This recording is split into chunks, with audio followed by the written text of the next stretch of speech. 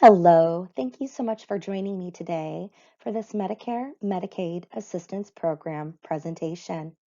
Today, we're here to discuss taking charge so you can help prevent healthcare fraud and abuse. How many of you think that you may have been a victim of a healthcare scam? Well, by the end of this presentation, I hope that you will have learned some tips that you can use to ensure that you prevent, detect, and report fraud and abuse when it happens. Let's get started. Who we are. We are Michigan's Medicare Medicaid Assistance Program, referred to as MMAP or MAP. We are a free health benefit counseling service for senior citizens and disabled adults. Our goal is to help you find your way through the benefits maze. We are housed at area agencies on aging and other similar organizations throughout the state. Specifically, though, our MAP program is housed at the Area Agency on Aging 1B. The 1B area services the Metro Detroit counties of Oakland, Macomb, St. Clair, Washtenaw, Livingston, and Monroe.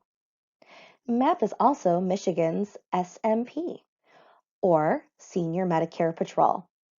We are part of a national network that empowers and assists Medicare beneficiaries, their families, and caregivers to prevent, detect, and report healthcare fraud, errors, and abuse.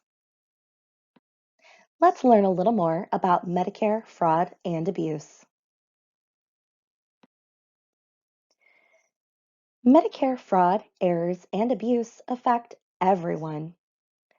So, if you're a Medicare beneficiary, or a caregiver, or even a taxpayer, this affects all of you. Billions of taxpayer dollars get lost to improper claims, and Medicare trust funds then end up at risk. Medicare beneficiaries often end up paying a higher premium, they have less money for their needed benefits, and the quality of treatment can change.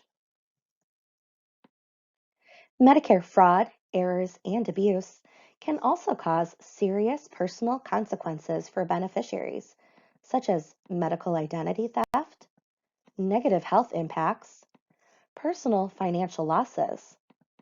Now, let's go through each of these one by one.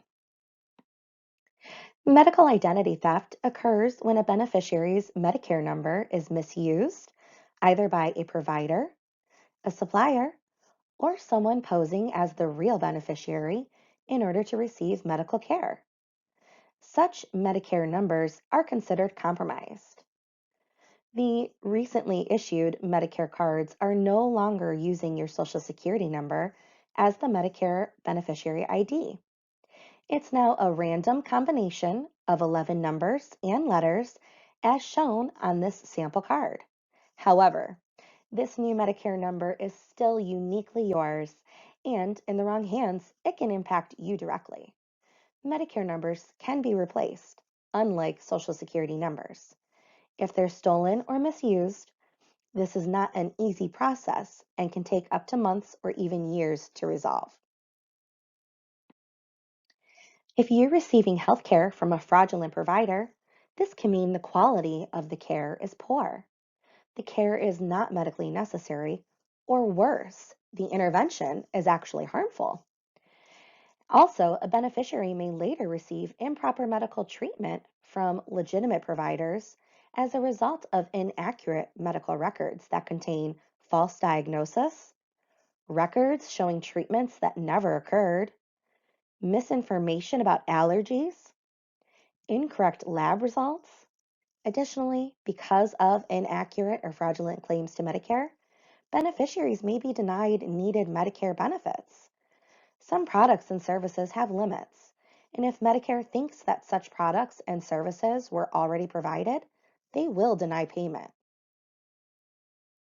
There's also personal financial losses.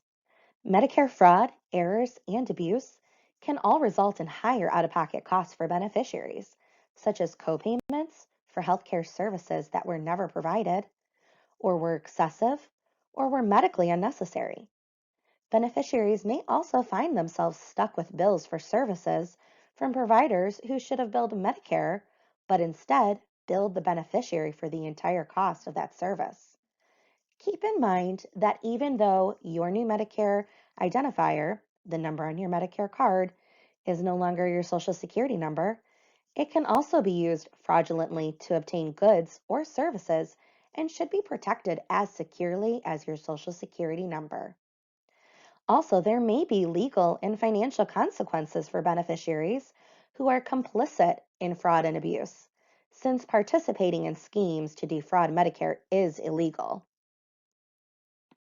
So then what is Medicare fraud? Medicare fraud involves intentionally billing Medicare for services that were not received, or billing for a service at a higher rate than is actually justified. Medicare abuse, though, occurs when providers supply services or products that are not medically necessary or do not meet professional standards. This is one that you'll probably be familiar with, right? TV ads that tell you that you can get a back or a knee brace at little or no cost to you as long as you give them your Medicare number. The key words here are medically necessary. If your doctor determines it's medically necessary for you to have a brace or a wheelchair or a walker, your doctor should also direct you to a legitimate supplier for these devices, not one that you'll order sight unseen with no way of knowing if it's right for you. And your doctor should also make sure that Medicare is legitimately billed for your item. Medicare fraud and abuse are very similar and many times overlap. Here are some examples of fraud and abuse: billing for services, supplies, or equipment that were not provided, billing for excessive medical supplies that you don't need, obtaining or giving Medicare numbers for free services. Treat any offer of free services in exchange for your Medicare ID number with caution. Improper coding to obtain a higher payment, unneeded or excessive x-rays and lab tests, claims for services that are not medically necessary, or using another person's Medicare number or letting someone else use your number to obtain medical care, supplies, or equipment. There can also be Medicare fraud in marketing. Plans are prohibited to contact Medicare beneficiaries in the manners listed below. They are not allowed to conduct unsolicited phone calls to beneficiaries with whom they have no prior relationship.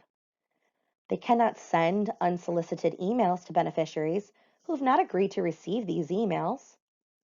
They certainly cannot call or mail a beneficiary who has requested to opt out of receiving such communications. They cannot represent themselves as though they come from or were sent by Medicare, Social Security, or Medicaid. They cannot make an unsolicited home visit, for example, a door-to-door cold call sale. They cannot leave their information such as leaflets, flyers, door hangers, or more on someone's car or at their residence unless that beneficiary is a no-show for a pre-scheduled appointment. And they certainly cannot initiate a discussion about other insurance products such as life insurance, annuities, during a visit or meeting about Medicare Part C or D.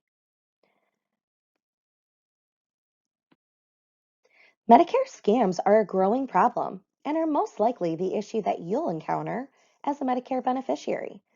Because of the easy access to information, scammers contact you by mail, phone, door to door, and other ways.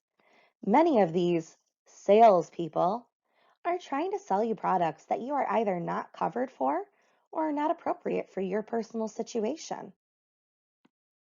Scams almost always involve a phone call coming to the home of a Medicare beneficiary or an email. The caller or emailer often identifies him or herself as someone from an official sounding agency, like Medicare, Social Security, the IRS, or even the bank. The caller may already even have some of the beneficiary's personal information and may ask the beneficiary to verify the information they have before moving on to the information they don't have. Beneficiaries are asked to divulge information like Social Security numbers, bank routing or checking account numbers, even a credit card number. Beneficiaries will be told that the item is free to them or that this information is needed to correct an error before their benefits get cut off. Beneficiaries may even be threatened with the loss of benefits if they don't give the information or pay something, generally with a money order or a gift card. Anyone can commit healthcare fraud. Examples of healthcare fraud for Medicare include knowingly billing for services, tests, or equipment that have not been furnished, not provided, or both. Knowingly ordering medically unnecessary items for services for patients. Knowingly billing for services at a level of complexity higher than services provided or documented in the medical records. Falsifying medical records to justify improper activities, paying for referrals of federal healthcare program beneficiaries, and billing Medicare for appointments that patients failed to keep. If you have original Medicare Parts A and B and qualify for home health care services, you should pay nothing. Costs may vary with Medicare Advantage plans. Home health care services are defined as medically necessary, skilled nursing, physical, occupational, or speech therapy. It must be ordered through a face-to-face visit from your doctor to determine that you meet the definition of homebound. And a certified Medicare home health agency must provide the care. Let's talk about the newest fraud and abuse scams in the news today. Certainly, with the current pandemic situation we're in, there are COVID-19 scams out in the community. There's also scams for genetic testing, Social Security scams, and of course, free durable medical equipment scams. COVID-19 scams can include contact tracing. A contact tracer from your state health department might call if you've been exposed to COVID-19, but scammers, they are pretending to be contact tracers too. So here's how you can spot the scammer. A real contact tracer won't ask you for money. Only scammers insist on payment by gift card, money transfer, or cryptocurrency. Your immigration status doesn't matter for contact tracing, so the real tracers won't ask. If they do, you can bet that it's a scam. Contact tracing doesn't require your bank account number or credit card number, so never share account information with anybody who contacts you asking for it. And legitimate contact tracers will never ask for your Social Security number. Never give any part of your Social Security number to anyone who contacts you. Also, don't click on a link in a text message or email. Doing so can download malware onto your device. Medicare beneficiaries shouldn't be paying for the vaccine either. You cannot pay to put your name on a list to get a test or the vaccine. You will not be solicited door to door to receive the vaccine. No one from Medicare or the health department will contact you, and no one will call you asking for information to sign you up to get the vaccine. Beneficiaries should be cautious of unsolicited requests for their Medicare or Medicaid numbers. Medicare will not call beneficiaries to offer COVID-19 related products, services, or benefit reviews. So be suspicious of any unexpected calls or visitors offering COVID-19 tests or supplies. If your personal information is compromised, it may be used in other fraud schemes. Do not respond to or open any hyperlinks in text messages about COVID-19 from unknown individuals. Ignore offers or advertisements for COVID-19 testing or treatments on social media sites. If you make an appointment for a COVID-19 test online, ensure that the location is an actual testing site. A physician or other trusted healthcare provider should be the one assessing your condition and be the one who's approving any requests for COVID-19 testing. Do not give your personal or financial information to anyone claiming to offer Health and Human Service grants related to COVID-19. Be aware of the scammers that pretend to be COVID-19 contract tracers. Legitimate tracers will never ask for Medicare numbers, financial information, or even attempt to set up a COVID-19 test or vaccine for you. If you suspect a COVID-19 healthcare fraud, report it. So, what is genetic testing fraud? Well, genetic testing fraud occurs when a Medicare beneficiary is billed for a test or screening that was not medically necessary and or was not even ordered by the beneficiary's treating physician. Some examples of genetic testing fraud include a company that's offering you a free testing without a treating physician's order and then billing Medicare. These tests go by many names, and they claim to test for many things. Some of those examples are cancer screenings, DNA screenings, hereditary cancer screenings, Parkinson's screenings, even dementia screenings. This can be done by a company that provides a test or a screening that you never requested or that you don't need. A company billing Medicare for screening services that are not covered by Medicare or for screenings that do not apply to you. A company requesting your Medicare number at a community event, like a local fair or a farmer's market. Those are considered the cheek swabs at the event. If you receive a letter in the mail or get asked about that, just say no. So what happens if Medicare denies the genetic testing claim? Well, you could be responsible for the entire cost of the test. On average, that cost is around $9,000 to $11,000. So what can you do to stop genetic testing fraud? Be sure that your doctor has assessed your condition. Although Medicare covers many genetic tests for diagnostic use, it only covers one preventative genetic test to screen for cancer. So do not give out your personal information or accept screening services from someone at a community event, a local fair, a farmer's market, a parking lot, or any other event. And always read your Medicare summary notice or explanation of benefits. The words gene analysis, molecular pathology, or laboratory may include questionable genetic testing has occurred. If you received a cheek swab or a screening that was not medically necessary, report your concerns about billing errors or possible fraud and abuse to your local senior Medicare patrol. Examples of Social Security phone scams include someone calling you or you getting a recording where they are pretending to be someone from Social Security, Medicare, or the IRS.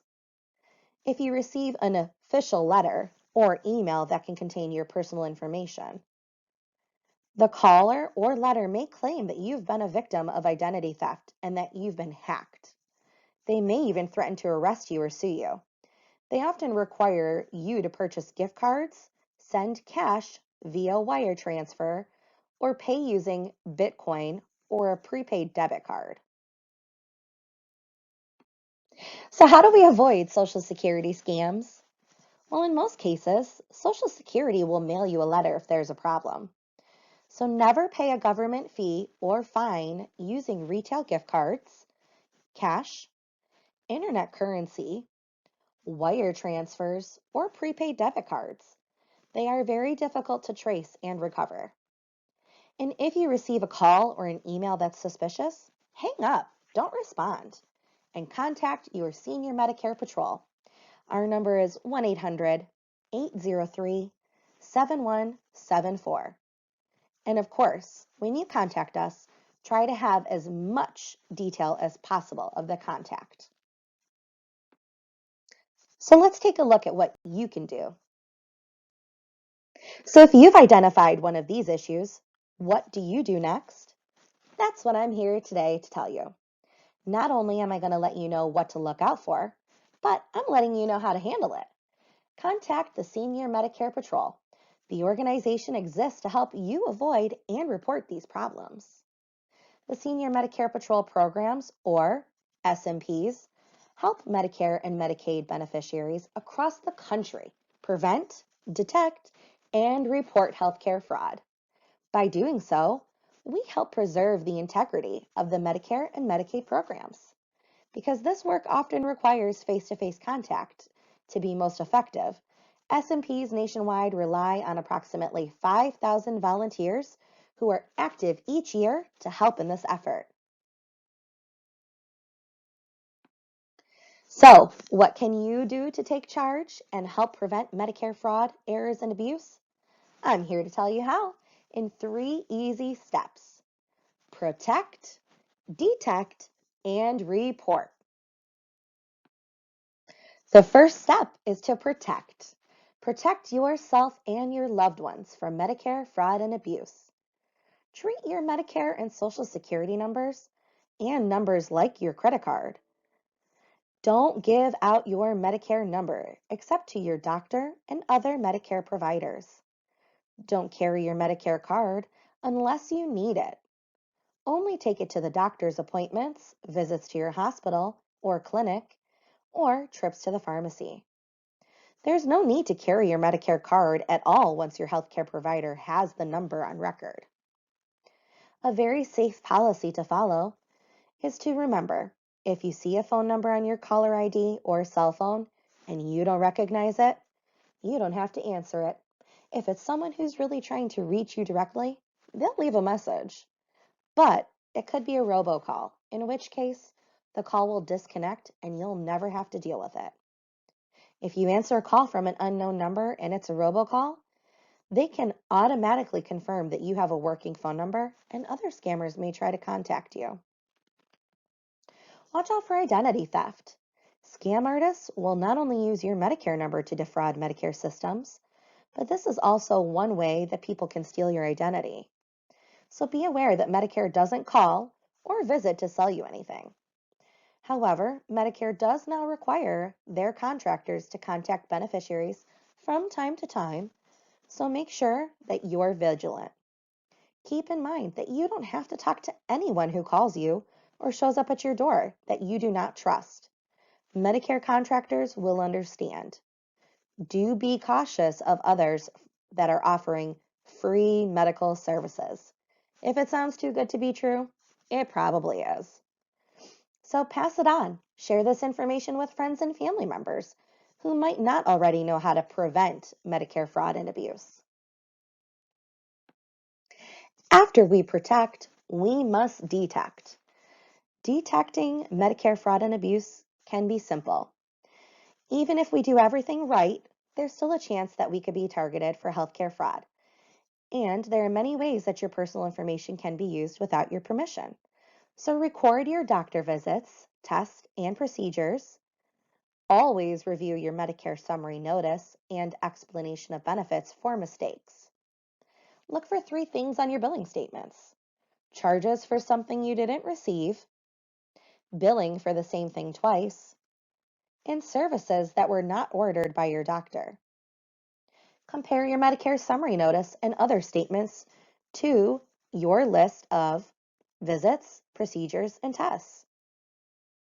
You can set up a free account at mymedicare.gov for 24-hour access to your current Medicare account. So, once we protect, detect, we must report. If you detect or suspect fraud and abuse, report it. You will protect other people from becoming victims and help to save Medicare benefits for the future. Here are the steps that you should take to report your concerns.